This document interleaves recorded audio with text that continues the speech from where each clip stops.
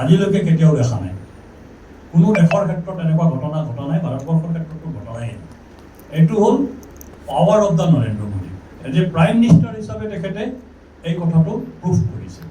তো এইটো পৃথিৱীৰ ক্ষেত্ৰত দায়বদ্ধতা, এইটো হ'ল আন্তঃৰাষ্ট্ৰীয় দৃঢ়তা। এইটো ভাৰতবৰ্ষ আজিৰ তাৰিখত এটা ছফ্ট নেশ্যন নহয়, হাৰ্ড নেশ্যন, সিদ্ধান্ত ল'ব পৰা এখন দেশ। আৰু আপুনি চাওক, দায়িত্ববোধ।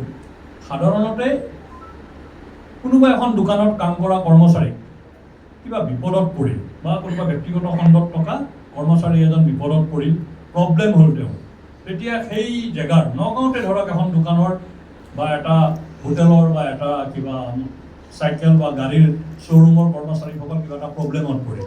তাৰ প্ৰব্লেমটো ইমিডিয়েটলি ছল্ভ কৰাৰ দায়িত্বটো কাৰ থাকে? যিজন মালিক। তাত গৈ DC বা ডিষ্ট্ৰিক্ট এডমিনিষ্ট্ৰেশ্যন বা MLA ইত্যাদিয়ে গৈ তাত ইণ্টাৰফেয়াৰ নকৰে। মালিকে যেনেকৈ ছল্ভ কৰে তেনেকৈ ছল্ভ হ'ব লাগে। আপোনালোকে জানে, 1 বছৰমান আগতে উত্তৰাখণ্ডৰ এটা নিৰ্মাণ সংস্থাই এটা টানেল বনাই আছিলে। টানেলৰ ভিতৰত 8জন শ্ৰমিক আবদ্ধ হৈ গ'ল। যেতিয়া নিউজটো আহিল, প্ৰধানমন্ত্ৰীয়ে কাকো সোধা নাই যে টানেলটো কোনজন ঠিকাদাৰে বনাই আছে, কোন ডিপাৰ্টমেণ্টে টেণ্ডাৰ কৰিছিল।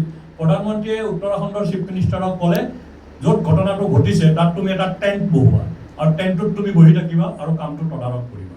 আৰু চেণ্ট্ৰেল গভৰ্ণমেণ্টৰ এজন কেবিনেট মিনিষ্টাৰক তালৈ পঠিয়ালে, যিজন কেবিনেট মিনিষ্টাৰ টেকনিকেলি তেওঁ টেকনিকেল কথা জানে। তেওঁ গৈ তাত সেই টেণ্টত মুখ্যমন্ত্ৰীৰ লগত থাকিব। আৰু প্ৰধানমন্ত্ৰীয়ে মুখ্যমন্ত্ৰীক ফোন কৰাৰ 8 ঘণ্টাৰ ভিতৰত টানেলৰ ভিতৰত পানীৰ ব্যৱস্থা, টানেলৰ ভিতৰত লাইটৰ ব্যৱস্থা, টানেলৰ ভিতৰত ডিছপ'জেবল লেট্ৰিন আৰু টয়লেটৰ ব্যৱস্থা কৰিলে, আৰু 48 ঘণ্টাৰ পিছত তেওঁলোকক উদ্ধাৰ কৰা হ'ল। তেনেকুৱা ঘটনা আমি ভাৰতবৰ্ষৰ ইতিহাসত কোনো প্ৰধানমন্ত্ৰীৰ প্ৰ'এক্টিভনেছ আমি আগতে দেখা নাছিলোঁ। সেইটো হ'ল দায়বদ্ধতা এজন প্ৰধানমন্ত্ৰী। তো আমি প্ৰধানমন্ত্ৰী